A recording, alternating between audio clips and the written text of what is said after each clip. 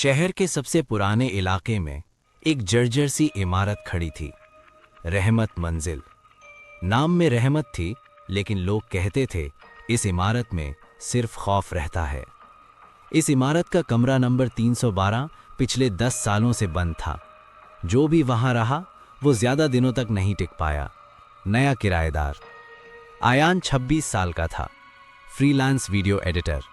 अकेला रहता था और ज्यादा सवाल नहीं करता था। उसे बस एक सस्ता कमरा चाहिए था।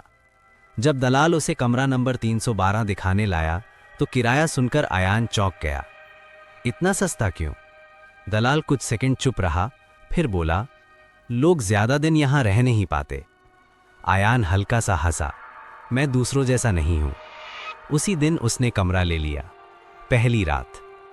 पहली रात सब सामान्य था, लेकिन रात के ठीक 2:12 पर आयान की नींद खुल गई। कमरा बिल्कुल शांत था। फिर उसे महसूस हुआ जैसे कोई उसके कान के पास धीरे धीरे सांस ले रहा हो। आयान घबराकर उठ बैठा। कमरे का दरवाज़ा खुला हुआ था। उसे साफ याद था वो दरवाज़ा बंद करके सोया था। तभी बाथरूम से पानी टपकने की आवाज़ आई।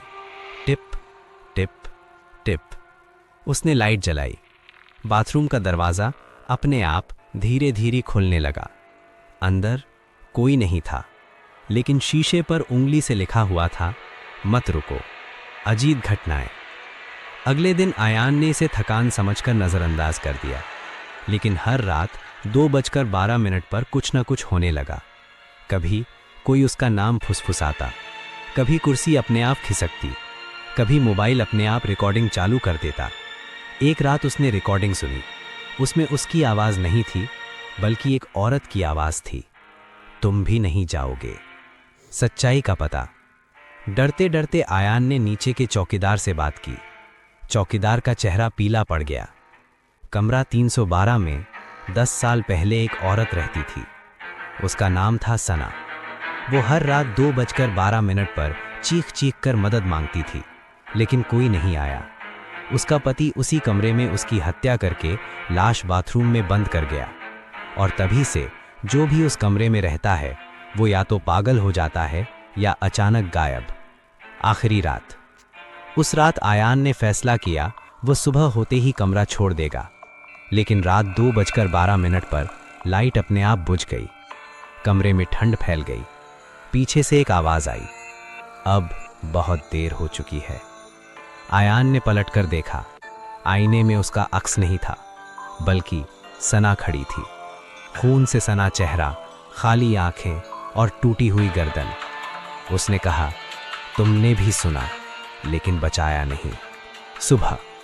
सुबह जब लोग कमरे 312 में पहुंचे, कमरा खाली था।